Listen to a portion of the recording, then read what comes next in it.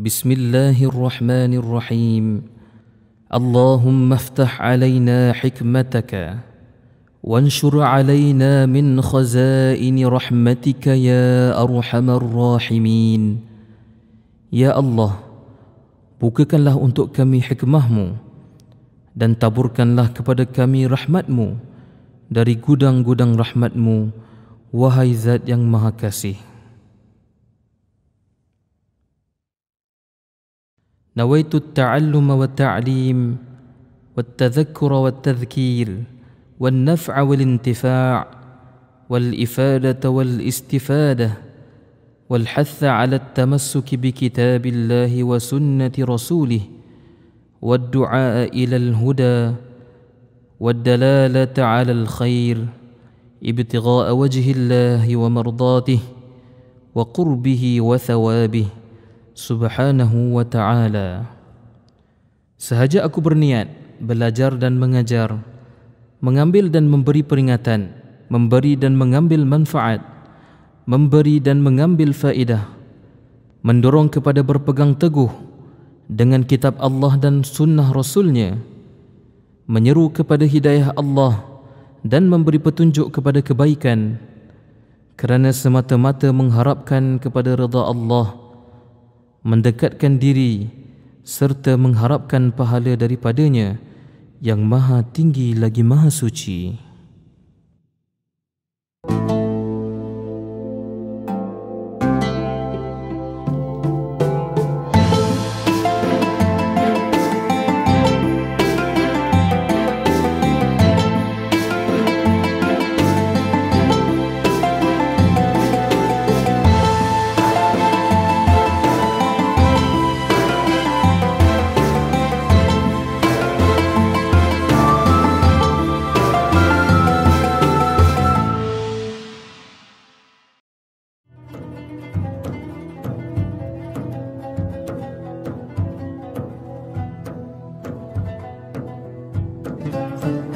Nama saya, nama diberikan Bashir bin Muhammad. Saya berasal daripada Johor dan pendidikan awal saya daripada Johor Bahru juga.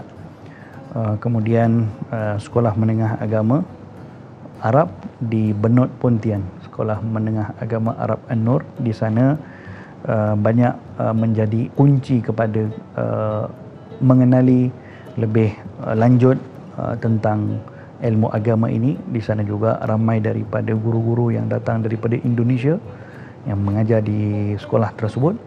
Dan selepas tu saya melanjutkan pelajaran di satu institusi yang terkemuka di Johor, iaitu Ma'had Johor. Dan daripada situ alhamdulillah diberikan peluang untuk menyambung pelajaran di Universiti Al-Azhar dalam Fakulti Usuluddin dan menghabiskan pengajian di Universiti Al-Azhar di dalam Fakulti Usuluddin pengkhususan akidah dan falsafah. Kemudian alhamdulillah diberikan taufik oleh Allah Ta'ala untuk sampai ke bumi Hadramaut di Yaman, untuk duduk di situ dalam beberapa tempoh masa, jangka masa yang tidak terlalu panjang dalam bentuk daurah, mengambil manfaat daripada ulama-ulama besar yang ada di situ seperti Al-Habib Umar dan juga selain daripada beliau.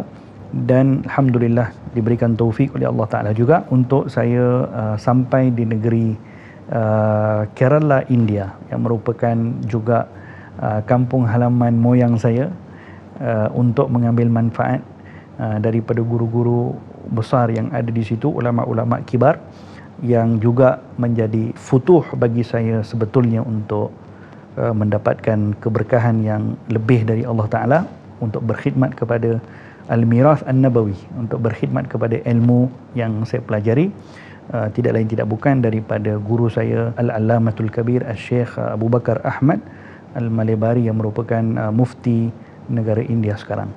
Dan itu sedikit sebanyak tentang background pendidikan yang tidaklah apa kecuali mengharapkan keredaan dan bersandar kepada keberkahan para guru-guru yang kita pernah mendapatkan manfaat daripada mereka. Dan sekarang ni di samping khidmat kepada masyarakat dengan menyampaikan ilmu di sana di sini, saya juga berkhidmat sekarang ni sepenuh masa dengan guru saya yang saya kasihi, Al-Fadhil Al-Habib Ali Zainal Abidin bin Abu Bakar Al-Hamid, untuk menguruskan yayasan yang diterajui oleh beliau, iaitu Yayasan Ar-Riayah.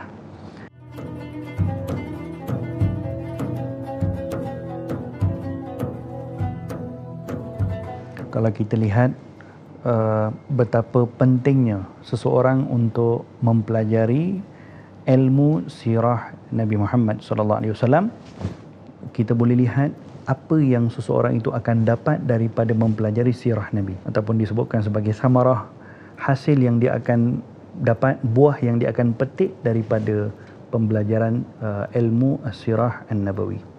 So dalam hal ini kita akan lihat ilmu sirah ini akan menjadikan seseorang lengkap dalam beragama dengan agama Islam ini dari dua aspek. Yang pertama dari aspek iman, di mana dalam hal ini seseorang yang mempelajari sirah Nabi SAW, imannya kepada Nabi akan lebih bertambah. Dalam hal ini, iman kepada Nabi SAW merupakan salah satu daripada syarat muslimnya seseorang. Kerana tidak boleh seseorang itu tidak dianggap sebagai seorang mukmin hanya dengan beriman kepada Allah tapi tidak beriman kepada Nabi SAW. So, bila mana seseorang mempelajari sirah Nabi, dia mengetahui aspek-aspek yang dibincangkan di dalam ilmu sirah, baik dari segi perjalanan hidupnya, baik dari segi syama'ilnya, fizikalnya, akhlaknya, baik dari segi kelebihan-kelebihan yang ada kepada Nabi, baik dari segi mukjizat yang ada kepada Nabi SAW. So, bila dilengkapkan diri dengan ilmu sirah dengan segenap aspek yang ada di dalam ilmu sirah, maka seseorang itu akan mengubati dirinya dengan penyakit jahil akan Nabi Muhammad. So, dia akan dapat ubat kepada kejahilan tentang Nabi Muhammad SAW. Jadi, bila dia kenal itu siapa Nabi, imannya tidak lagi jadi iman yang semata-mata iman yang diwarisi daripada orang tuanya. Tidak. Iman ni boleh jadi diwarisi daripada orang tua. Seorang yang dilahirkan daripada kedua ibu bapa Muslim, secara automatik orang itu pun akan jadi Islam. Itu konsep kita panggil iman yang dia jadi mukmin, orang Islam kerana datang daripada kedua ibu Muslim. Kalau orang yang seperti ini tidak dipandu ilmu agamanya dengan benar, maka dia pun akan beriman dan akan jadi seorang Muslim yang sekadar yang ada. Berbeza dengan seseorang yang dia mengetahui segala selok-belok tentang siapa yang dia nak beriman ni dengan Nabi Muhammad SAW. Yang menjadi penyebab kepada dia ini menjadi seorang mukmin adalah Rasulullah. Kalau bukan kerana Nabi, dia juga tidak akan tahu, tidak akan kenal Allah, tidak akan jadi orang beriman. Yang kedua, dengan mempelajari sirah juga, kepentingan di dalam mempelajari sirah, dia akan lebih mencintai Nabi SAW. Kerana kita pun terbiasa dengan satu pepatah, tak kenal maka tak cinta.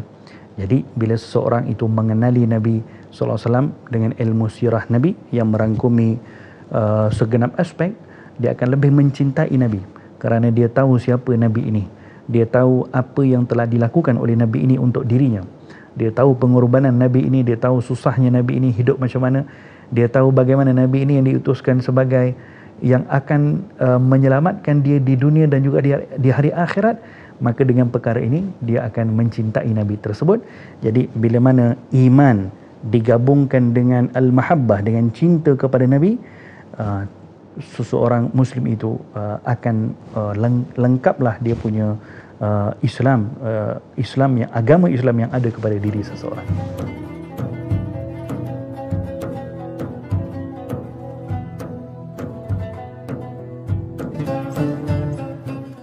Di dalam pengajian sirah yang akan kita bincangkan pada kita punya rancangan, kita akan menggunakan sebuah kitab yang juga kitab turas, dikarang oleh seorang imam yang sangat agung, iaitu Al-Imam Al-Allamah Al-Hafiz Al-Adib, Al-Imam Muhammad bin Muhammad Sayyidin Nas. Beliau ini lebih lagi dikenali dengan Al-Imam Sayyidin Nas. Hidup pada kurang lebih tahun yang ke-8 Hijriah, yang berasal daripada Mesir. Dan beliau ini, Masya Allah, Tabarakallah, sebelum mengarang kitab ini, yang akan kita jadikan sebagai kita punya kitab rujukan dalam tajuk sirah, iaitu kitab Nuril Uyun fi Talkhis Siratil Amin Al-Ma'mun. Sebelum beliau mengarang kitab Nurul Uyun ini, sebenarnya beliau ada karang lagi satu lagi kitab tentang sirah Nabi, iaitu kitab Uyun Al-Athar fi Funun Al-Maghazi Wasyama'il Wasyar. Kitab itu panjang, sangat panjang kitab tu. Maka beliau sebutkan, aku ringkaskan apa yang ada dalam kitab yang panjang ini supaya menjadi bekalan kepada umat untuk dibaca sirah Nabi dengan gaya yang ringkas dan padat. Maka lahirlah kitab Nurul Uyun. Keistimewaan kitab Nurul Uyun yang akan kita bincangkan adalah kitab ini merangkumi beberapa aspek daripada keperluan yang diperlukan di dalam memahami sirah Nabi secara keseluruhan. Di dalam kitab ini juga menyebutkan tentang elemen syama'il Rasulullah. Dalam kitab ini juga menyebutkan elemen mukjizat Rasulullah.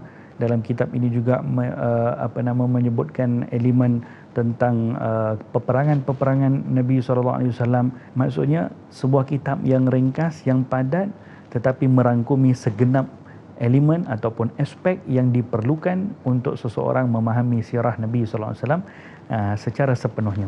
Dan Al-Imam Muhammad Sayyidin Nas rahimahullah, beliau juga merupakan murid kepada seorang imam yang sangat agung di Mesir suatu ketika dahulu, iaitu Al-Imam Ibnu Daqiq Al-Aid radhiyallahu anhu wa arda. Bahkan beliau Al-Imam Ibnu Daqiq Al-Aid radhiyallahu anhu wa arda pernah beberapa kali di dalam majlis-majlisnya, kalau beliau ingin beliau sebutkan nama para sahabat, tabi'in dan nama para ulama-ulama yang terdahulu, maka beliau akan minta muridnya Al-Imam Muhammad Sayyidin Nas untuk bangun menceritakan tentang orang-orang ni. Jadi nak bagi tahu betapa Al-Imam Muhammad Sayyidin Nas ini seorang yang sangat pakar, seorang yang sangat berkeahlian di dalam ilmu tarikh, dalam ilmu tabaqat, dalam ilmu mengetahui tentang para sahabat, para ulama-ulama yang silam, sehingga gurunya Al-Imam Ibnu Daqiq Al-Aid meminta kepada beliau untuk bangun menceritakan tentang periwayatan-periwayatan tentang lelaki ataupun orang-orang yang disebutkan di dalam periwayatan-periwayatan. Dan ini bukan satu-satunya kitab dikarang oleh beliau. Beliau karang juga dalam kitab tarikh, karang juga dalam kitab-kitab yang lain, dalam kitab ilmu bahasa dan sebagainya.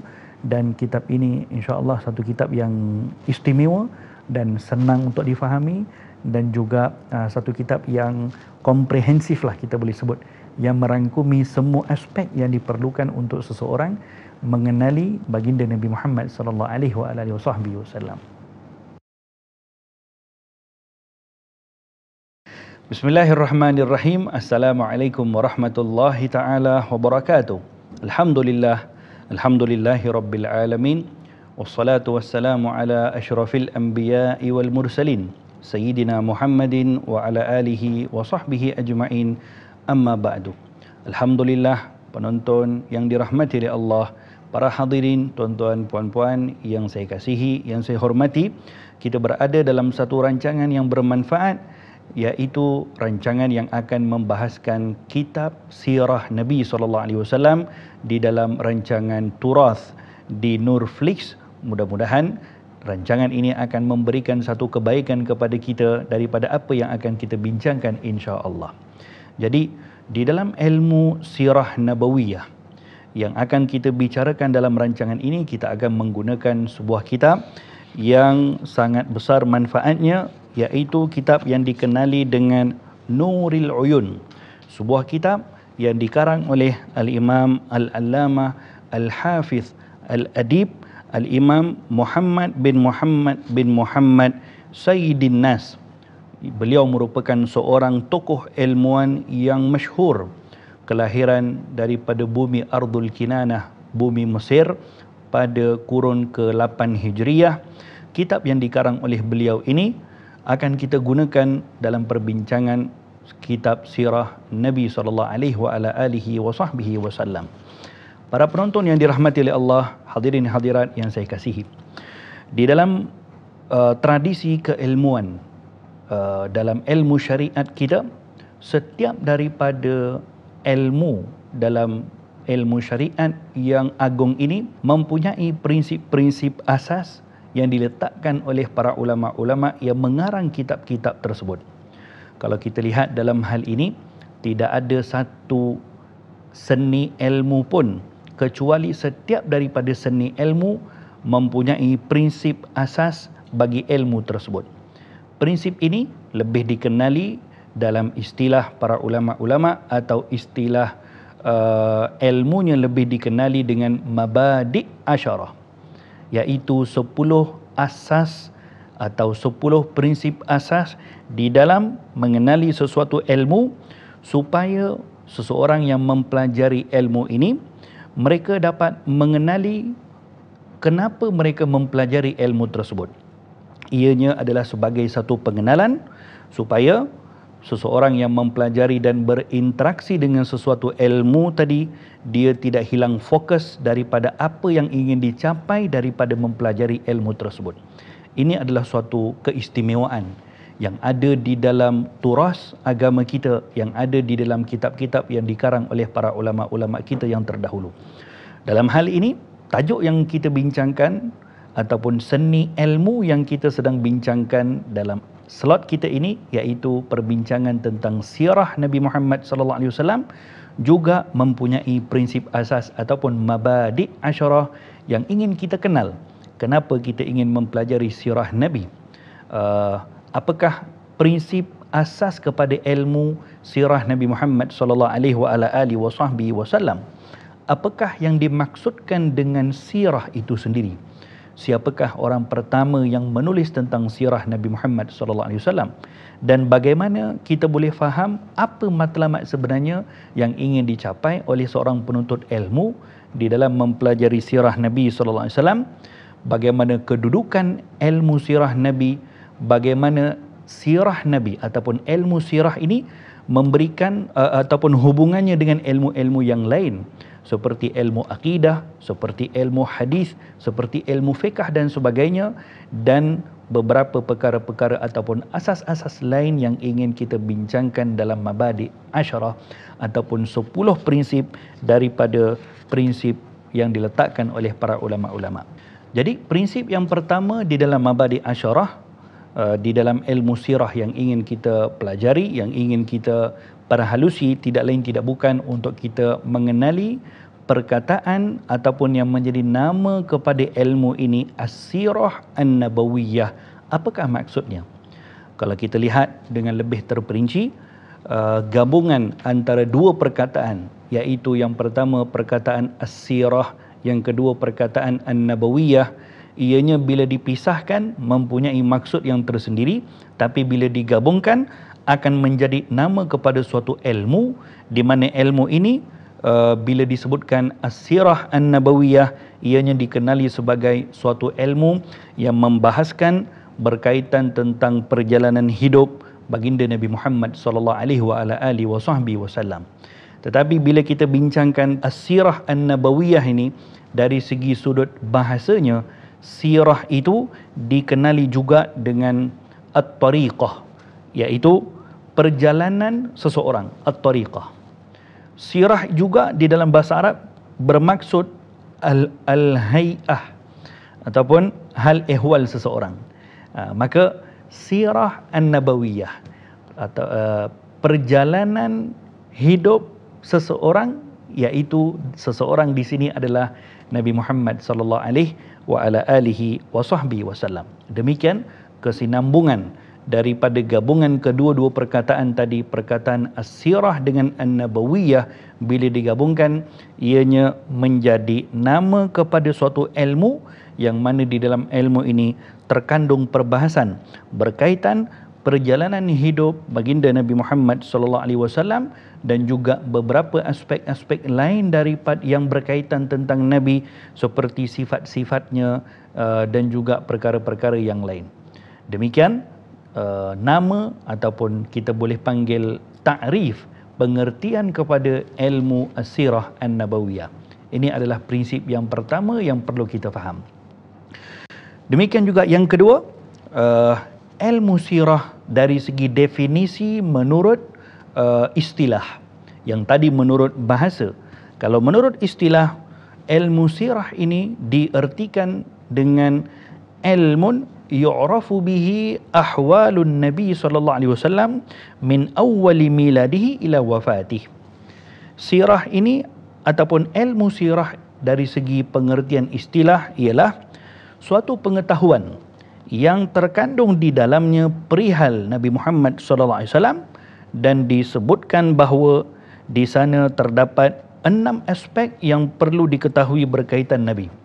Daripada awal hidup sampailah kewafatan Nabi Muhammad sallallahu alaihi wasallam, semua perihal tentang Nabi ini dipanggil sebagai sirah.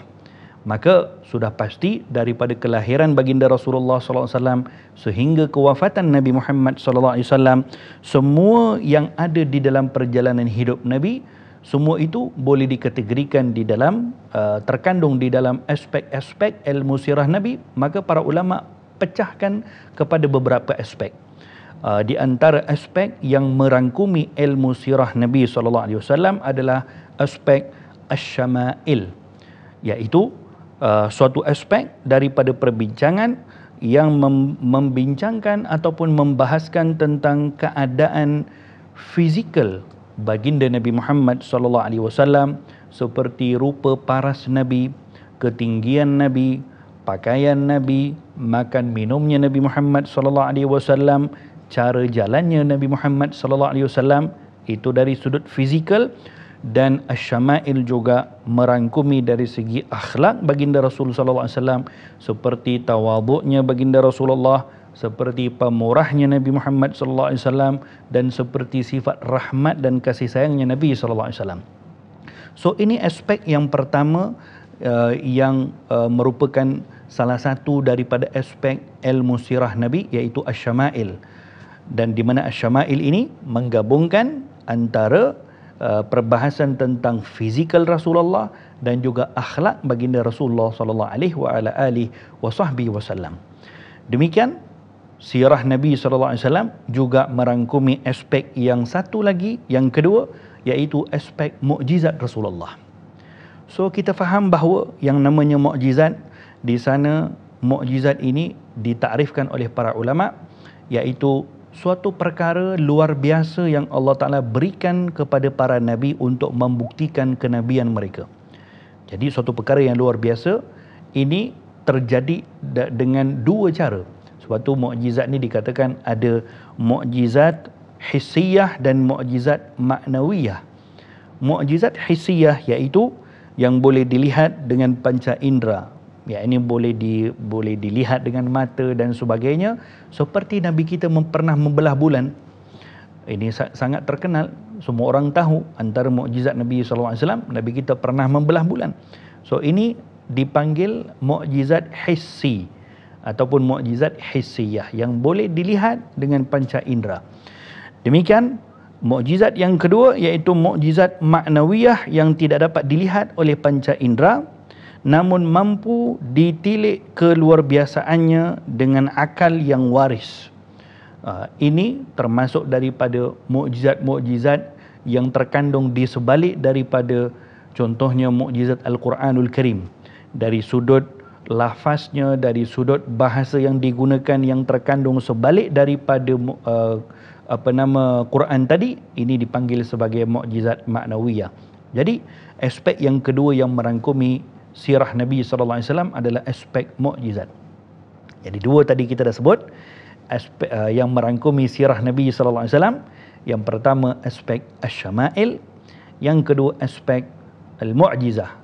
Yang ketiga, sirah Nabi sallallahu alaihi wasallam juga merangkumi aspek yang ketiga, iaitu al-khasa'is. Khasa'is maksudnya adalah keistimewaan yang Allah Ta'ala berikan khusus kepada baginda Nabi Muhammad sallallahu alaihi wasallam, tidak diberikan kepada mana-mana para nabi ataupun mana-mana manusia yang lain. Hanya diberikan kepada Nabi sallallahu alaihi wasallam, seperti mana syafa'atul uzma yang diberikan kepada Rasulullah di hari akhirat nanti. Seperti mana keistimewaan yang Allah Ta'ala berikan kepada Nabi dari sudut syariat Nabi yang merupakan syariat yang moderate, syariat yang wasatiyah, yang tidak terlalu berat dan tidak terlalu ringan. Demikian juga contoh di antara khasais, di antara keistimewaan-keistimewaan yang Allah Ta'ala berikan kepada baginda Rasulullah SAW. Contohnya, Nabi kita diberikan izin untuk bernikah lebih daripada 4. Yang ini kita tak boleh. Demikian juga khasais, keistimewaan yang Allah Ta'ala berikan kepada Nabi kita dari segi fizikal Nabi SAW. Seumpama Nabi kita tubuh badannya tidak dihinggap lalat, Nabi kita tidak mempunyai bayang-bayang, Nabi kita kalau tidur matanya lelap tapi hatinya tidak tidur. Demikian keistimewaan-keistimewaan yang Allah Ta'ala berikan kepada baginda Rasulullah dari sudut fizikal. So ini dipanggil al-khasais. Sebenarnya setiap aspek ini mempunyai kitab-kitab yang dikarang oleh para ulama-ulama. Contohnya khasais ini kalau kita lihat, cukup banyak kitab yang dikarang oleh para ulama, antaranya Al-Imam Al-Hafiz Jalaluddin As-Suyuti radhiyallahu anhu ardah mengarang sebuah kitab namanya Al-Khasais Al-Kubra, menghimpunkan sekian banyak daripada hadis-hadis yang membicarakan tentang keistimewaan Rasulullah SAW. Demikian juga dua aspek yang saya sebutkan tadi, aspek al-mu'jizat. Cukup banyak kitab-kitab yang dikarang oleh para ulama tentang mukjizat secara khusus. Antaranya Al-Imam Ibn Kathir radhiyallahu anhu arda mempunyai sebuah kitab yang menceritakan khusus tentang mukjizat Nabi. Demikian juga aspek syama'il tadi. Al-Imam At-Tirmidzi radhiyallahu anhu arda mempunyai sebuah kitab yang cukup terkenal dengan syama'il An-Nabi. Demikian Al-Imam Yusuf An-Nabahani. Demikian juga Al-Imam Al-Ghazali juga mempunyai karangan berkaitan tentang Asy-Syama'il Al-Muhammadiyah. Aspek yang keempat yang dibincangkan di dalam aspek sirah Nabi SAW disebut sebagai aspek al-huquq, iaitu perihal berkaitan tentang hak-hak baginda Nabi SAW yang perlu ditunaikan kita sebagai umatnya Nabi. Apakah hak Nabi yang perlu untuk kita kenal? Ini seumpama hak Nabi untuk dita'zimkan, untuk diagungkan, untuk meletakkan baginda Rasulullah di tempat dan kedudukan yang sudah ditetapkan oleh Allah Subhanahu wa taala. Baik dari segi seseorang ketika menyebut nama Nabi Muhammad sallallahu alaihi wasallam. Di dalam Al-Quranul Karim Allah Subhanahu wa taala melarang orang di zaman Nabi untuk memanggil Nabi seperti mana mereka memanggil sesama mereka. Seperti kalau kita lihat sahabat-sahabat Nabi yang terdekat dengan Nabi, baik daripada kalangan mereka yang merupakan ahli keluarga Nabi yang terdekat, baik yang lebih berusia daripada Nabi, ataupun yang mempunyai, kalau dari segi zahirnya kedudukan dalam kekeluargaan mereka lebih tinggi kedudukan, seperti bapa mertuanya Rasulullah sallallahu alaihi wasallam Sayyidina Abu Bakar Siddiq. Mereka pun disuruh oleh Allah Ta'ala untuk memanggil Nabi hanya dengan panggilan Rasulullah. Baik isteri Nabi sallallahu alaihi wasallam mesti panggil Nabi dengan panggilan Rasulullah. Baik orang-orang siapa pun yang mempunyai kekerabatan Nabi dengan Nabi sallallahu alaihi wasallam. So ini antara hak yang perlu ditunaikan oleh umat terhadap Nabi sallallahu alaihi wasallam, iaitu meletakkan Nabi sallallahu alaihi wasallam pada kedudukan yang sudah ditetapkan oleh Allah Subhanahu wa taala. Di antara hak lain yang perlu ditunaikan oleh umat terhadap Nabi adalah mencintai baginda Nabi sallallahu alaihi wasallam. Ini sesuai dengan apa yang disebutkan di dalam Al-Quranul Karim, bahawa qul in kuntum tuhibbunallah, kata Allah Taala berfirman, kalau kamu mencintai Allah, kata Allah Subhanahu wa taala, fattabi'uni yuhibbukumullah, kamu perlu mencintai dan mengikuti jejak langkah baginda Nabi Muhammad sallallahu alaihi wasallam. Ini juga termasuk daripada hak umat kepada Rasul sallallahu alaihi wasallam untuk mencintai baginda Nabi Muhammad sallallahu alaihi wasallam. Di antara haknya Rasulullah untuk kita tunaikan juga adalah berselawat kepada baginda Nabi Muhammad sallallahu alaihi wasallam. Ini antara contoh beberapa hak yang wajib ditunaikan umatnya Nabi Muhammad sallallahu alaihi wasallam ke atas umat Nabi. Aspek ini dipanggil sebagai al-huquq. Ini juga bahagian daripada aspek sirah baginda Nabi sallallahu alaihi wasallam. Di antara aspek lain yang juga termasuk daripada aspek dari yang terkandung dalam perbincangan ilmu sirah Nabi SAW adalah aspek ar-risalah. Ar-risalah ini maksudnya adalah yang berkaitan dengan kandungan risalah, yakni kandungan utusan Nabi Muhammad SAW sebagai Rasul, yang mana Nabi kita diutuskan untuk berdakwah sebagai sifat seorang Nabi dan sifat seorang Rasul. Baginda telah tunaikan dengan sempurna ketika baginda hidup. Itulah agama Islam yang mulia ini. Maka aspek ar-risalah ini yang perlu untuk kita ambil, yang perlu untuk kita mengikuti apa yang disebutkan oleh baginda Nabi, apa yang disampaikan oleh baginda Rasulullah sallallahu alaihi wa ala alihi wasallam dari segenap aspek yang diajarkan oleh baginda Nabi sallallahu alaihi wasallam. Jadi demikian kesimpulan di dalam perbincangan aspek-aspek yang utama yang dibincangkan di dalam ilmu sirah an-nabawiyah, yang merupakan satu ilmu yang cukup luas. Sirah an-nabawiyah ni bukan hanya dari sudut perjalanan hidup, cerita tentang kelahiran Nabi SAW, cerita tentang peperangan-peperangan itu sahaja, tidak, tapi merangkumi aspek-aspek yang cukup luas yang kita bincangkan tadi. Tidak ketinggalan juga sebahagian daripada karya-karya sirah yang dikarang oleh para ulama-ulama sirah yang terdahulu. Mereka juga turut memasukkan beberapa aspek-aspek yang lebih daripada apa yang kita sebutkan tadi, seumpama menceritakan tentang sejarah kerajaan-kerajaan sebelum daripada kelahiran Nabi Muhammad SAW di kota Mekah contohnya, sejarah bangsa Arab contohnya, geografi tempat baginda Nabi dilahirkan ataupun Nabi berdakwah.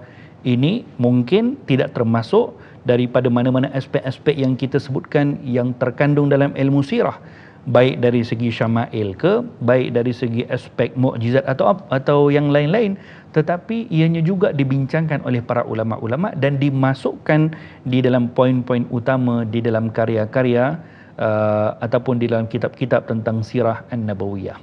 Jadi kita boleh lihat sirah ini suatu ilmu yang cukup luas, suatu ilmu yang mengandungi aspek-aspek dan ianya seolah-olah merangkumi beberapa ilmu-ilmu yang besar, kerana setiap aspek yang terpecah daripada sirah an-nabawiyah masing-masing mempunyai kitab-kitab yang dikarang dengan jumlah yang begitu banyak oleh para ulama-ulama kita yang terdahulu. Mabadi' yang ketiga ataupun prinsip yang ketiga kepada ilmu as-sirah an-Nabi SAW adalah subjek kajian ilmu sirah. Apakah subjek yang dikaji di dalam sirah Nabi SAW? Semuanya adalah berkaitan tentang baginda Nabi Muhammad SAW dari segala aspek yang berkaitan tentang Nabi, baik dari segi kelahirannya, baik dari segi keluarganya, baik dari segi nasabnya, atau apapun. Maksudnya subjek yang menjadi kajian dalam ilmu sirah adalah Nabi SAW dan setiap yang berkaitan tentang baginda Rasulullah. Kemudian prinsip yang keempat yang merupakan juga prinsip yang penting untuk kita ketahui, iaitu as-samrah ataupun faedah daripada mempelajari ilmu as-sirah an-nabawiyah. Kalau kita lihat, di antara faedah daripada mempelajari ilmu as-sirah an-nabawiyah adalah bertambahnya iman seseorang. Kerana seseorang yang mengaku beriman dengan Nabi Muhammad sallallahu alaihi wasallam, ianya tidak memadai dengan pengakuannya saja, kecuali dia perlu mengenali Nabi sallallahu alaihi wasallam. Kita pun cukup terkenal dengan satu istilah, tidak kenal maka tidak cinta. Maka bagaimana mungkin seseorang imannya akan kuat dengan Nabi, imannya akan bertambah dengan Nabi SAW kalau dia tidak mengenali baginda Nabi SAW. Jadi faedah yang kedua daripada mempelajari ilmu sirah nabawiyah, selepas daripada bertambah iman seseorang kepada baginda Rasulullah SAW, adalah bertambahnya cinta kita kepada Nabi SAW. Di mana bertambahnya cinta kepada Nabi juga mempunyai hubungan dengan faedah yang pertama, iaitu menambahkan iman kita kepada Nabi. Jadi kalau kita lihat iman kita kepada Nabi SAW dan cinta kepada Nabi, dua perkara yang tidak boleh terpisah. Maksudnya Tidak sah iman seseorang yang mengatakan saya beriman kepada Nabi tapi saya tak cinta kepada Nabi. Atau sebaliknya, saya cinta kepada Muhammad, seorang nama yang Muhammad ni saya sayang, saya cinta, tapi saya tak boleh beriman dengan dia, tak jadi juga. Sebab tu Nabi kita kaitkan, la yu'minu ahadukum hatta akuna ahabba ilaihi min walidihi wa waladihi wan nasi ajma'in. Tidak sempurna iman seseorang kecuali seseorang itu menjadikan aku, kata Nabi, orang yang paling dicintai olehnya, melebihi daripada dirinya, melebihi daripada anak-anaknya, dan melebihi daripada seluruh manusia yang lain. Jadi kalau kita lihat betapa pentingnya untuk kita mempelajari sirah baginda Rasulullah SAW dari semua aspek-aspek yang kita sebutkan tadi, ia bukanlah memberikan kepada kita satu faedah dan pulangan yang kecil, tidak. Ianya akan memberikan satu pulangan yang besar, faedah yang besar. Iman kita bertambah, cinta kepada Nabi juga bertambah. So pada masa yang sama, kalau demikian faedah di dalam mempelajari sirah Nabi, demikian juga bagaimana kalau seseorang tidak mempelajari sirah Nabi SAW, imannya akan terganggu, kecintaannya kepada Nabi juga akan terganggu. Bagaimana seseorang yang boleh menghimpunkan di dalam dirinya di antara melanggar perintah-perintah yang diperintahkan oleh Allah dan juga Rasul, tapi pada masa yang sama dia mengaku dia cinta kepada Rasul, ianya tidak boleh berhimpun. Dalam hati tak boleh berhimpun dua perkara tadi. Kerana orang yang mencintai seseorang, dia akan suka mengikut jejak langkah orang tersebut. Dia akan suka untuk ikut apa yang dapat daripada orang yang dicintai. So sebab itu dikatakan oleh sebahagian daripada para ulama-ulama sebutkan, mahabbatun Nabi, mencintai baginda Nabi Muhammad SAW adalah asas kepada iman. Kita perlu mengambil apa sahaja daripada sebab-sebab yang mana diri kita boleh bertambah mahabbah kepada Nabi SAW. Dan mahabbah kepada Nabi ini satu perkara yang subjektif. Ianya tidak terikat dengan satu dua perkara sahaja. Satu perkara yang cukup luas. Kita tak boleh nak menentukan hanya ini sahaja yang termasuk daripada maksud mahabbah kepada Nabi. Semua perkara yang diredai oleh Allah dan diredai oleh Rasul yang boleh menyebabkan dirinya mendekati Nabi Muhammad SAW adalah termasuk daripada mahabbah kepada baginda Rasul SAW. Bukankah kita lihat betapa besarnya faedah mahabbah kepada Nabi, cinta kepada Nabi? Satu orang sahabat bertanya kepada Nabi ketika sedang duduk bersama dengan Rasulullah SAW. Maka sahabat ini bangun bertanya kepada Nabi, "Ya Rasulullah, mata sa'ah? Bila berlaku kiamat?" Apa Nabi jawab kepada dia? Nabi tidak jawab kepada dia kiamat akan berlaku sekian-sekian. Nabi tidak jawab kepadanya tanda-tanda kiamat adalah sekian-sekian. Tapi Nabi tanya kepada dia, "Madza a'datta laha?" Apa yang kau persiapkan untuk menghadapi hari kiamat? Yakni menghadapi hari akhirat. Katanya, "Ya Rasulullah, aku tidak persiapkan dengan la bi kathratis salati wala bi kathratis siyam." Aku tidak persiapkan diri aku dengan banyaknya salat ataupun banyaknya puasa atau apa. Tetapi yang ada kepada aku hanya satu saja Rasulullah, iaitu cinta dengan kau. Maka kata Nabi SAW, "Anta ma'aman ahbabta." Engkau akan bersama dengan orang yang kau cintai. Iaitu siapa orang yang kau cintai? Iaitu aku, iaitu Rasulullah. Jadi Nabi memberikan satu hadiah yang besar, yang tidak ternilai besarnya hadiah ini kepada seseorang yang mengatakan dia hanya cinta kepada Nabi. So perkara ini kalau kita fikirkan, kalau kita tengok zahir soal jawab yang berlaku di antara Nabi dengan sahabat ini, satu perkara yang sangat indah untuk kita faham. Sahabat ini tanya kepada Nabi, bila berlaku kiamat? Nabi jawab balik, apa yang kau persiapkan? Dia kata, "Ya Rasulullah, aku tidak persiapkan dengan banyak salat ataupun puasa. Hanya cinta kepada engkau." Perkara ini tidak boleh disalah faham. Bukanlah maksudnya di sini seseorang mengaku dia cinta kepada Nabi tapi dia tak solat, dia tak puasa, dia tidak apa, lalu dia juga akan terselamat macam mana sahabat ini. Tidak, bukan demikian maksudnya. Maksudnya di sini ialah bila seseorang mencintai Nabi seperti mana sahabat ini mengatakan, "Aku tak ada apa-apa ya Rasulullah." Tidak ada apa-apa, itu adalah bahasa tawaduknya sahabat tadi.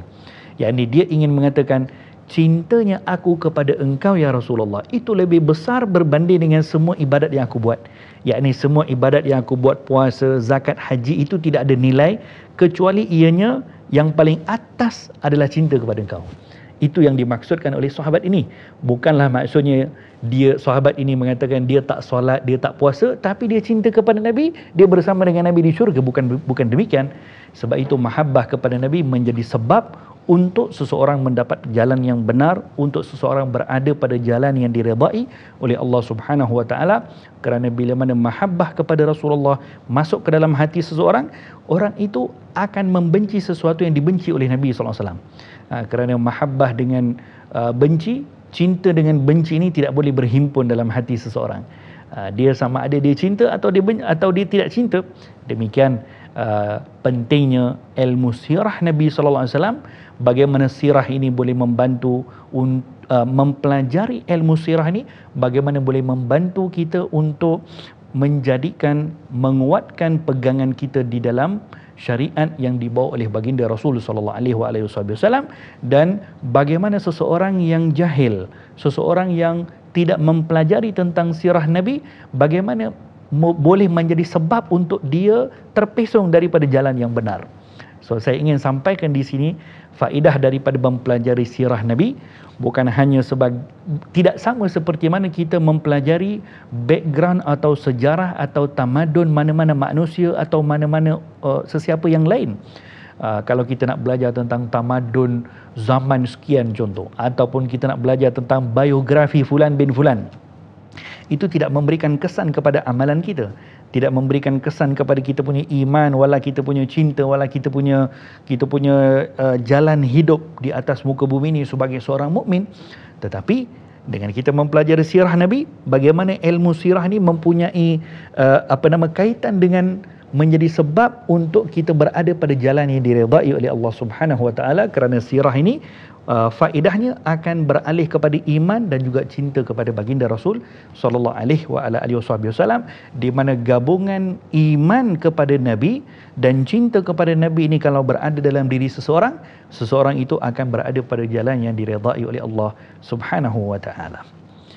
Prinsip yang kelima daripada prinsip mabadi' asyarah yang ingin kita ketahui di dalam sirah, ilmu sirah an-nabawiyah adalah an-nisbah, yakni bagaimana penisbahan dan bagaimana kedudukan ilmu sirah Nabi berbanding dengan ilmu-ilmu yang lain. So kalau kita lihat dalam hal ini, ilmu sirah ataupun sirah an-nabawiyah ini boleh dianggap sebagai asal kepada semua ilmu-ilmu yang lain, seperti ilmu tauhid, seperti ilmu fiqh, ilmu hadis. Semua ilmu-ilmu yang lain ni asalnya adalah ilmu sirah. Macam mana boleh jadi demikian? Cuba kita lihat. Kalau seseorang nak belajar tentang tauhid, dia tidak akan faham tauhid kecuali tauhid itu dibincangkan oleh tauhid itu diajarkan oleh Nabi ketika hidupnya Nabi. Ketika Nabi menjawab dan ketika Nabi berdakwah kepada orang-orang yang tidak beriman kepada Allah Ta'ala, maka kaitan tauhid dengan ilmu sirah Nabi yang merupakan tauhid itu yang terkandung dalam perjalanan hidupnya Rasulullah sallallahu alaihi wasallam. Sebagai contoh, ya, kalau kita lihat bagaimana Nabi kita pernah berdebat dengan seorang padri Nasrani yang berasal daripada Najran, iaitu waktu itu hujah-hujah yang diperdebatkan dan dijawab oleh Nabi, ternyata hujah-hujah itu menjadi asas kepada ilmu kalam, menjadi asas kepada ilmu akidah, menjadi asas untuk menjawab kepada kebatilan agama Masihi. So, bukankah kedatangan padri Najran itu, di mana kita akan dapat cerita kedatangan padri tadi? Dalam ilmu sirah. So, dengan mempelajari sirah, ianya ada kaitan dengan ilmu akidah. Ilmu akidah juga asasnya adalah ilmu sirah. Demikian juga ilmu fiqh. Kalau kita lihat di dalam sejarah Nabi, di dalam sirah Nabi sallallahu alaihi wasallam, baginda Rasul sallallahu alaihi wasallam berhijrah ataupun bermusafir daripada satu tempat ke satu tempat. Ini kan sirah perjalanan hidup Nabi, menceritakan Nabi pergi daripada tempat sekian, daripada tempat sekian. Contohnya ketika Nabi melakukan haji, Nabi bertolak daripada Madinah pergi ke Mekah, bertolak pergi ke haji. So kisah Nabi bertolak pergi ke haji ini adalah sirah Nabi. Ini aspek sirah kerana menceritakan perjalanan hidup. Tapi ketika menceritakan perjalanan hidup tadi, yang merupakan ilmu sirah, daripada perjalanan daripada Madinah nak pergi ke Makkah, Nabi singgah di Bir Ali untuk miqat. Itu kan fiqh bab haji. Kemudian sampai ke Padang Arafah. Contohnya, Nabi buat solat jamak takdim di antara zuhur dan asar. Itu kan ilmu fiqh, iaitu ilmu tentang fiqh solat jamak qasar. So, bagaimana mempelajari sirah Nabi di dalamnya menjadi asas kepada ilmu fiqh. Sebab itu dikatakan nisbah ilmu sirah ini adalah, ataupun kedudukan ilmu sirah Nabi adalah punca dan asas kepada semua ilmu, akan mengambil manfaat daripada ilmu sirah an-nabawiyah. Aspek yang seterusnya, prinsip yang seterusnya daripada prinsip mabadi' asyarah ilmu sirah an-nabi adalah yang keenam, kelebihan mempelajari ilmu sirah Nabi. Tidak syak lagi bahawa ilmu sirah Nabi adalah merupakan semulia-mulia ilmu, kerana kaitannya dengan semulia-mulia makhluk Allah Subhanahu wa taala. Jadi kemuliaan sesuatu perkara akan diukur dengan kemuliaan kepada apa ianya disandarkan. Kalaulah sirah ini disandarkan kepada Nabi, maka sudah pastilah ilmu ini menjadi semulia-mulia ilmu, kerana ilmu ini membicarakan tentang semulia-mulia manusia, makhluk, iaitu baginda Rasulullah sallallahu alaihi wasallam. Dalam hal ini saya ingin berkongsikan kata-kata daripada Imam Al-Hafiz Muhammad ibn Muslim Az-Zuhri radhiyallahu anhu arda, menyebutkan fi ilmi sirati khairud dunya wal akhirah. Pada ilmu sirah ini mempunyai kebaikan dunia dan akhirat. Demikian kata-kata para ulama-ulama di dalam menyebutkan tentang kemuliaan ataupun mulianya kedudukan ilmu sirah Nabi sallallahu alaihi wasallam. Prinsip yang seterusnya di dalam mabadi' asyarah, di dalam prinsip ilmu sirah an-nabawiyah adalah membicarakan yang ketujuh, iaitu pengasas kepada ilmu sirah ini sendiri. Jadi kalau kita lihat, penulisan sirah an-nabawiyah ni telah berlaku seiring dengan penulisan hadis Nabi sallallahu alaihi wasallam, iaitu ketika mana hayatnya Rasulullah lagi, baginda Nabi sallallahu alaihi wasallam pernah memberikan ikrar ataupun pernah memberikan persetujuan kepada seorang sahabat yang masyhur, iaitu Abdullah bin Amr bin As, untuk merekodkan dan menulis hadis-hadis baginda Rasulullah sallallahu alaihi wasallam. Dan ketika itu beliau menulis dan memuatkan dalam sebuah buku sebanyak 500 hadis baginda Rasul sallallahu alaihi wasallam. Jadi seiring dengan periwayatan hadis ini, maka berkembangnya juga ilmu as-sirah an-nabawiyah. Cuma seperti mana ilmu-ilmu yang lain, pasti kita perlu merujuk ilmu sirah ini, pelopor atau pengasasnya kepada fulan bin fulan. Ini adalah satu perkara yang menjadi kebiasaan di dalam semua ilmu. Pasti akan disandarkan ilmu itu kepada nama seseorang ataupun nama beberapa orang yang menjadi pelopor ataupun boleh dikatakan sebagai pengasas kepada ilmu. Demikian juga di dalam ilmu as-sirah an-nabawiyah, kita juga dapati di situ pengasas ataupun boleh dikatakan pelopor kepada penulisan kitab sirah an-nabawiyah ini adalah kembali kepada seorang tokoh ilmuwan yang wafat pada tahun 150 Hijriah, iaitu Al-Imam Al-Muhaqqiq Muhammad bin Ishaq radhiyallahu anhu wa arda. Tetapi adakah bermaksud ilmu sirah ini pertama sekali hanya ditulis pada sekitar tahun 100 Hijriah? Kerana zamannya Al-Imam Muhammad bin Ishaq, beliau merupakan tabi'in, yakni generasi yang ketiga selepas daripada Rasul SAW. Adakah bermaksud sirah Nabi hanya pertama sekali dikarang pada zaman tersebut? Jawapannya, sebenarnya kitab yang dikarang oleh Al-Imam Muhammad bin Ishaq ini, walaupun merupakan dikategorikan sebagai kitab yang pertama yang ditulis semata-mata menghimpunkan sirah Nabi SAW, tetapi kitab ini sebenarnya didahului dengan beberapa kitab-kitab dan beberapa tokoh-tokoh yang lain sebetulnya. Hanya sahaja tokoh-tokoh yang sebelum daripada beliau, mereka belum pernah lagi menulis satu kitab khas tentang sirah Nabi, tetapi menulis kitab yang menggabungkan beberapa ilmu-ilmu yang lain, seperti menulis hadis Nabi, di dalamnya ada sirah, di dalamnya ada juga ilmu-ilmu yang lain. So kalau kita lihat dalam hal ini, seawal sebelum tahun yang ke-100 Hijriah, kita dapati ada seorang tabi'in bernama Al-Imam Abban bin Uthman bin Affan, iaitu merupakan anak kepada Khalifah Rasulullah yang ketiga, Sayyidina Uthman bin Affan. Anak beliau yang bernama Abban bin Uthman bin Affan, yang wafat pada tahun 105 Hijriah, beliau telah mengumpulkan beberapa poin-poin atau beberapa kisah-kisah tentang sirah Nabi SAW di dalam kitabnya, tetapi bercampur dengan beberapa fan ataupun beberapa seni ilmu yang lain. Oleh yang demikian, kitabnya tidak dianggap sebagai kitab yang pertama yang ditulis tentang sirah Nabi. Selepas daripada itu, kitabnya beliau tidak dijumpai lagi. Maka selepas daripada itu, beberapa tabi'in yang lain pun pernah menulis sirah Nabi SAW, seperti Urwah bin Zubair, seorang tokoh tabi'in.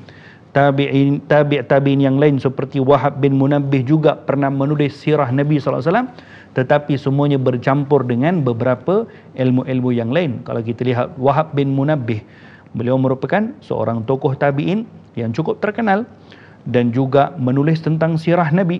Cuma beliau tidak menulis hanya sirah semata-mata, tapi menggabungkan dengan hadis, menggabungkan dengan tafsir dan sebagainya. Oleh demikian, tidak dirujuk kepada mereka-mereka ini sebagai pelopor kepada ilmu sirah Nabi. Maka pada kurun yang ke-100 Hijriyah ini, lahirnya seorang tokoh yang kita sebutkan tadi, iaitu Al-Imam Muhammad bin Ishaq radhiyallahu anhu wa arda, yang wafat pada tahun 150 Hijriyah, menulis sebuah kitab yang secara khusus kitab itu hanya membahaskan tentang sirah Nabi, yang menepati kepada mabadi' asyara ilmu sirah. Sebab itu, kalau kita sebut sirah Nabawiyah, kembalinya kepada sirah Al-Imam Ibn Ishaq. Kerana apa? Kerana itu adalah kitab yang pertama sekali yang lahir menepati kepada mabadi' asyara ilmu sirah. Adapun kitab-kitab, adapun kalau ditanya, adakah Imam Muhammad bin Ishaq orang pertama yang menulis tentang sirah? Tidak. Orang pertama menulis tentang sirah sahabat Nabi, yang bila tulis hadis Nabi. Anak kepada Sayyidina Uthman tadi pun dah tulis tentang sirah, tetapi ianya tidak dianggap sebagai kitab sirah Nabawiyah kerana bukan semata-mata tulis kitab yang menepati mabadi' asyarah sirah an-Nabawiyah. Tetapi sayang sekali, kitab yang sangat penting ini tidak lagi dijumpai selepas daripada kewafatan Al-Imam Muhammad bin Ishaq radhiyallahu anhu arda.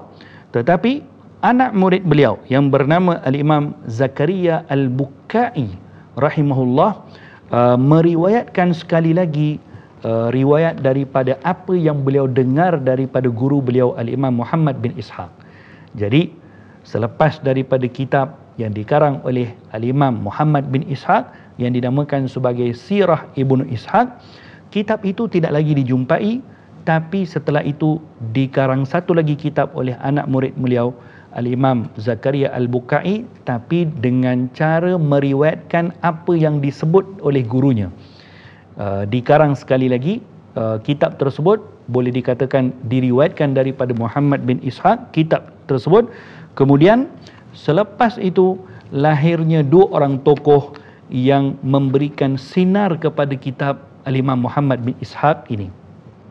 Tokoh itu adalah Al-Imam Abdul Malik bin Hisham radhiyallahu anhu wa arda, di mana beliau mensyarahkan ataupun dikatakan mentahzib, ya, mengambil poin-poin penting daripada apa yang diriwayatkan oleh anak murid kepada Imam Muhammad bin Ishaq, diambil poin-poin yang penting sebagai ringkasan daripada apa yang dikarang, lalu muncullah satu lagi kitab, iaitu yang dikenali dengan kitab Sirah Ibnu Hisham. Jadi Sirah Ibnu Hisham ianya diambil ringkasan daripada apa yang dikarang oleh Al-Imam Zakaria Al-Bukai. Zakaria Al-Bukai mengambil riwayat daripada Al-Imam Muhammad bin Ishaq radhiyallahu anhu wa arda.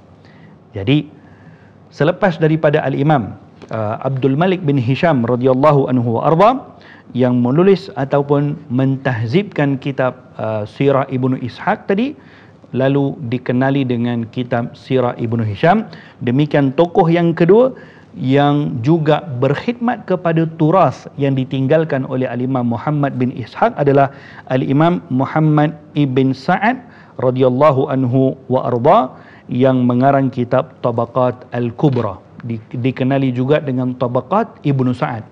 So Tabaqat Ibnu Sa'ad dan juga Sirah Ibnu Hisham, dua ini yang menghidupkan semula turas yang ditinggalkan oleh Al-Imam Muhammad bin Ishaq radhiyallahu anhu arda.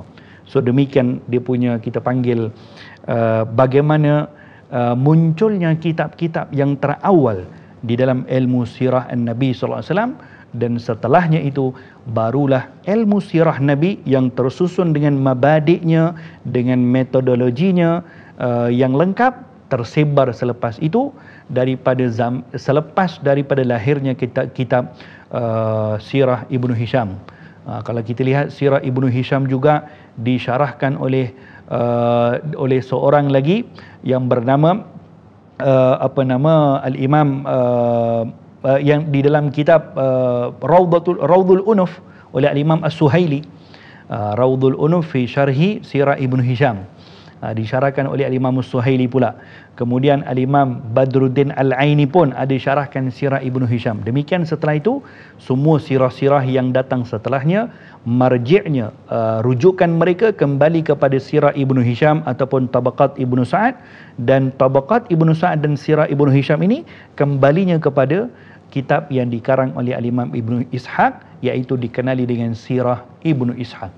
Demikian bagaimana pelopor kepada Sirah An-Nabawiyah ini dikembalikan kepada seorang tokoh ilmuwan sirah yang teragung, iaitu Al-Imam Muhammad bin Ishaq rahimahullah, yang wafat pada tahun ke-150 Hijrah. Dan sirah ini tidak ketinggalan sehingga zaman ulama-ulama kita salaf itu sahaja.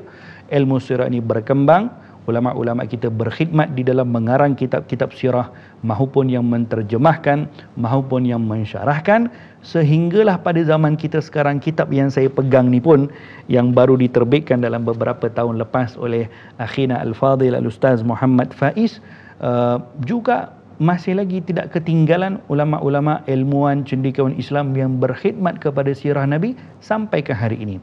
Menunjukkan bagaimana ilmu ini berkembang dan dijaga oleh Allah Subhanahu wa taala ila an taqumus saah, sampai di hujung zaman insya-Allah ilmu ini akan berkekalan, kerana ilmu ini kaitannya adalah dengan manusia yang teragung, baginda Nabi Muhammad sallallahu alaihi wa ala alihi wasallam.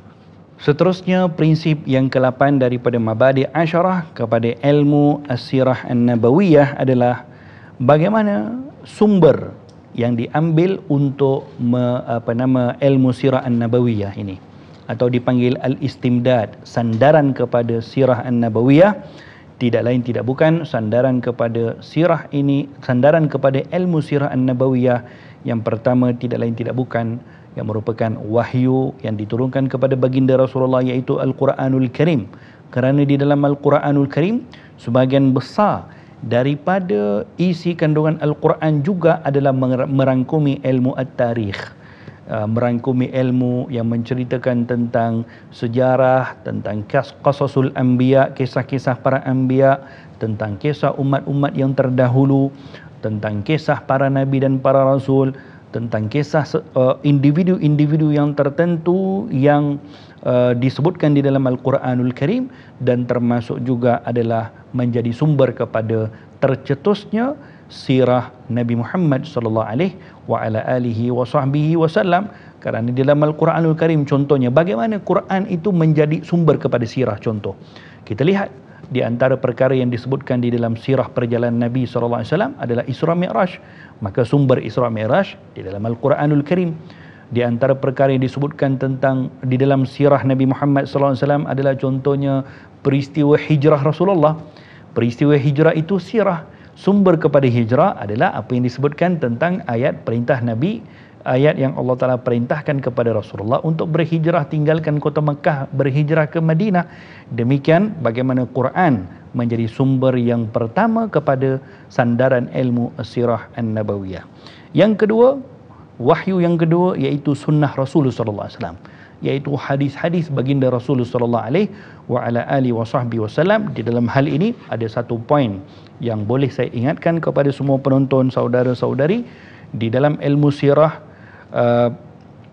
sandaran ilmu sirah terhadap hadis Rasulullah sallallahu alaihi wasallam tidak seperti mana sandaran ilmu akidah atau fiqh kepada hadis Rasulullah. Maksud di sini, di situ ada perbezaan bagaimana hadis diambil sebagai sandaran kepada ilmu sirah dan bagaimana isu-isu akidah atau prinsip akidah dan fiqh diambil daripada sandaran hadis. Hal ini dibezakan dari sudut bagaimana hukum kepada hadis tersebut dan bagaimana kedudukan hadis tersebut. Kita faham hadis ini terbahagi kepada 3 bahagian. Dari segi hukum periwayatan hadis, di situ ada hadis sahih, di situ ada hadis dipanggil sebagai hadis hasan, dan yang ketiga hadis dhaif.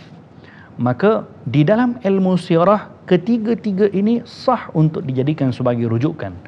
Tidak mesti hadis sahih, boleh hadis yang sahih, boleh hadis yang tarafnya adalah hadis hasan, dan boleh juga tarafnya hadis dhaif. Kerana sirah ini adalah tidak terkait dengan perkara akidah maupun hukum hakam. Sebab tu saya katakan tadi, sandaran ilmu sirah nabawi kepada hadis berbeza dengan sandaran ilmu akidah dan fiqh kepada hadis. Kalau ilmu fiqh dan hadis yang menceritakan tentang hukum hakam, kalau ilmu akidah contohnya yang menceritakan tentang pegangan dan iman, maka itu tidak boleh diambil kecuali daripada hadis yang sahih.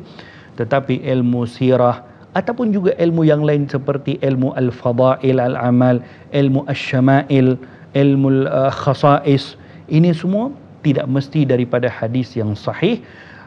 Perkara ini kita boleh dapati apa yang disebutkan oleh Al-Imam An-Nawawi di dalam kitab Tadribur Rawi, dalam kitab Mustalah Al-Hadis oleh Al-Imam An-Nawawi ini, juga di dalam ulama-ulama yang lain yang menceritakan dalam disiplin ilmu hadis. Kita boleh dapati di sana prinsip ini disebutkan, iaitu hadis yang selain daripada hadis yang sahih juga sah diriwayatkan dalam ilmu-ilmu selain daripada ilmu akidah dan juga ilmu hukum hakam. Hanya sahaja hadis itu tidak boleh hadis yang maudhu atau hadis yang palsu.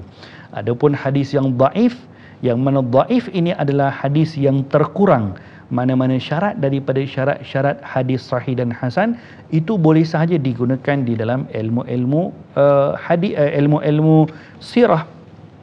Makanya kita tidak boleh terlalu sensitif dalam hal kisah-kisah sirah sehingga dipersoalkan adakah riwayat ini sahih. Ini sebab kenapa saya nak sebut perkara ini, kerana sesuatu yang diriwayatkan tentang sirah Nabi itu tak mesti sahih. Maksudnya boleh jadi ianya bertaraf hasan pun boleh diterima. Kalaupun riwayat hadis itu adalah hadis yang dhaif juga boleh diterima, dan ini hukum yang disepakati oleh ulama-ulama hadis. Dan ini adalah satu asas yang penting untuk kita faham di dalam ilmu sirah baginda Rasulullah SAW. Sumber yang ketiga kepada ilmu sirah tidak lain tidak bukan adalah kitab-kitab sunnah yang selain daripada hadis-hadis yang sahih, seperti kitab sunan-sunan yang lain seperti Sunan Ibnu Majah, An-Nasa'i dan seterusnya. Dan termasuk daripada sumber kepada ilmu sirah juga adalah kitab Tabaqat. Tabaqat ini maksudnya kitab-kitab sirah yang menghimpunkan cerita tentang tokoh-tokoh ulama-ulama silam yang dahulu. Itu maksudnya Tabaqat. Seperti kita sebutkan tadi, Tabaqat Al-Imam Ibnu Sa'ad ataupun Tabaqatil Kubra, ataupun kitab-kitab yang lain yang menceritakan biografi ulama-ulama yang terdahulu. Ini juga menjadi sumber kepada kitab-kitab sirah. Dan kitab-kitab sejarah-sejarah yang masyhur yang lain yang merupakan sumber yang kelima kepada ilmu sirah, seperti kitab tarikh yang dikarang oleh Al-Imam At-Tabari radhiyallahu anhu arda. Kalau kita lihat kitab tarikh At-Tabari merupakan antara kitab sejarah yang terawal yang muncul dalam agama Islam.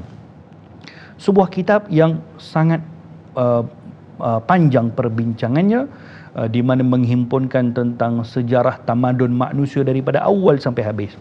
Dalam hal ini tentang kitab At-Tarikh At-Tabari, Al-Imam At-Tabari sebelum menuliskan kitab Tarikh At-Tabari pernah berbincang ataupun berbual dengan murid-muridnya. Ada murid-muridnya bertanya kepada Al-Imam At-Tabari, katanya, wahai Tuan Imam, kalaulah kami minta kepada kamu untuk menuliskan sejarah tamadun manusia daripada Adam sampai ke zaman kita sekarang, iaitu kurun yang ketiga Hijriyah, kira-kira berapa helai kamu perlu karang? Kata Imam At-Tabari, kalau saya nak karang sejarah manusia, tamadun manusia daripada zaman Nabi Adam sampailah kepada zaman kita sekarang, saya akan karang dalam kurang lebih 30,000 muka surat. Ini maksudnya Imam Tabari mempunyai ilmu yang seluas begitu. Tapi katanya, saya tidak mahu mengarang sedemikian panjang, saya ringkaskan untuk dikarang dengan beberapa muka surat. Itu pun dah cukup panjang dah. Tabaqat Al-Imam Tabari itu besar berjilid. Jadi Tabaqat yang Tarikh At-Tabari yang dikarang oleh Al-Imam At-Tabari itu juga menjadi rujukan kepada ilmu as-sirah an-nabawiyah. Demikian sumber-sumber yang menjadi kita panggil sandaran kepada ilmu as-sirah an-nabawiyah. Prinsip yang ke-9, mabadi' yang ke-9 daripada mabadi' asyarah kepada ilmu as-sirah an-nabawiyah, iaitu hukum mempelajari sirah an-nabawiyah. Dalam hal ini, ulama menyebutkan hukum mempelajari sirah nabawiyah ini terbahagi kepada dua hukum. Yang pertama, ada daripada elemen sirah Nabi yang hukumnya fardu ain, wajib kepada setiap individu Muslim untuk mempelajari. Kalau tidak mempelajari, maka termasuk daripada dosa. Yang kedua, yang tidak wajib kepada semua orang, yang merupakan fardu kifayah.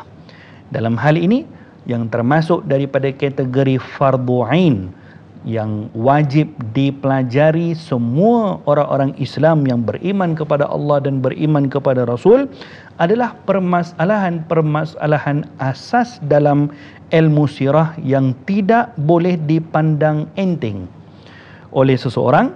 Seperti apa? Seperti berkaitan tentang keturunan Nabi Muhammad SAW. Ayah Nabi siapa? Ibunya siapa? Datuknya siapa? Di mana tempat lahirnya? Di mana tempat wafatnya? Bagaimana keadaan fizikal Nabi SAW? Akhlaknya. Ini perkara-perkara yang basic, yang asas, yang wajib dipelajari. Maksudnya di sini, kalau seorang Muslim bila mana ditanya kepada dia, di mana tempat lahirnya Nabi Muhammad SAW, kalau dia tak tahu, dia berdosa. Itu maksud dalam ilmu sirah ini, ada elemen yang fardu ain, wajib dipelajari oleh setiap individu Muslim. Pun begitu, bukanlah maksudnya seorang wajib menguasai seluruh ilmu sirah, tidak juga. Di sana ada elemen bahagian daripada perbincangan, permasalahan ilmu sirah an-nabawi yang merupakan fardu kifayah hukumnya untuk dipelajari. Maksudnya tidak kepada semua orang, tetapi kepada sebahagian. Contohnya pelajar-pelajar ilmu syariah, contoh para golongan duat, para golongan pendakwah, para asatidah contohnya, maka kepada mereka mesti pelajari. Adapun kepada orang awam hukumnya adalah fardu kifayah. Yang ini contohnya apa? Dalam hal termasuk dalam hal fardu kifayah perkara-perkara yang terperinci, seperti apakah sebab-sebab berlakunya peperangan Badar contoh. Siapakah sahabat-sahabat yang ikut serta di dalam peperangan Badar contohnya. So ini perkara-perkara yang lebih terperinci. Apakah isi kandungan piagam Madinah contoh. Kenapa berlaku piagam Madinah tu? Ini benda-benda yang agak terperinci dan ini hukumnya fardu kifayah. Maksudnya kalaulah ianya dipelajari oleh seorang orang awam, maka itu satu kemuliaan, tetapi tidaklah berdosa kalau seseorang tidak mengetahui. Tapi fardu kifayah bagi orang awam. Adapun kepada golongan agamawan, kepada golongan duat, kepada pendakwah, kepada asatidah, kepada pelajar ilmu syariah, maka mereka mesti juga mempelajari hal ini. Ini mabadi' yang ke-9 daripada mabadi' asyara. Hukum mempelajari ilmu sirah, ada yang fardu ain, ada yang fardu kifayah. Yang terakhir daripada mabadi' asyara, prinsip yang terakhir daripada 10 prinsip yang asas kepada ilmu as-sirah an-nabawiyah adalah al-masail. Apakah masalah atau pernyataan masalah yang akan diangkat dalam ilmu as-sirah an-nabawiyah? Hal ini kita bakal akan menyaksikan masalah-masalah yang akan dibincangkan dalam ilmu sirah adalah setiap topik yang akan kita kongsikan dalam kitab ini. Itulah al-masail, masalah yang akan dibincangkan dalam ilmu as-sirah an-nabawiyah, yang akan kita lihat satu persatu masalahnya, satu persatu masailnya di dalam topik-topik yang akan kita bincangkan sehingga ke akhir kitab ini, insya-Allah. Mudah-mudahan Allah Ta'ala berikan taufik kepada kita untuk kita bincang sampai ke habis dan kita fahami sirah an-nabawiyah daripada kitab yang menjadi rujukan kepada kita di dalam solat sirah ini, iaitu kitab Nuril Uyun yang dikarang oleh Al-Imam Muhammad ibn Sayyidin Nas rahimahullahu ta'ala wa ra'ah. Hadha billahi taufiq.